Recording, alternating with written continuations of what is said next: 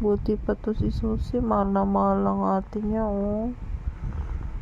Diba? Naramdaman niya na mahal siya ng ate kanya, oh. Pag sa tao na kang hirap,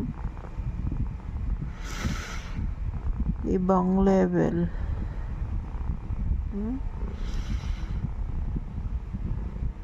Pero okay lang, kaya naman ng ate mo yan. Sa awa ng Panginoon.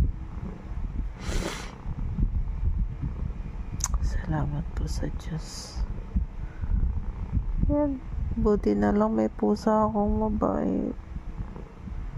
Oh, nagalablab kay ate niya, oh.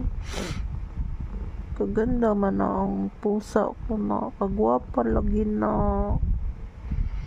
Susikat. Lablab niya ate niya, oh. Sige na.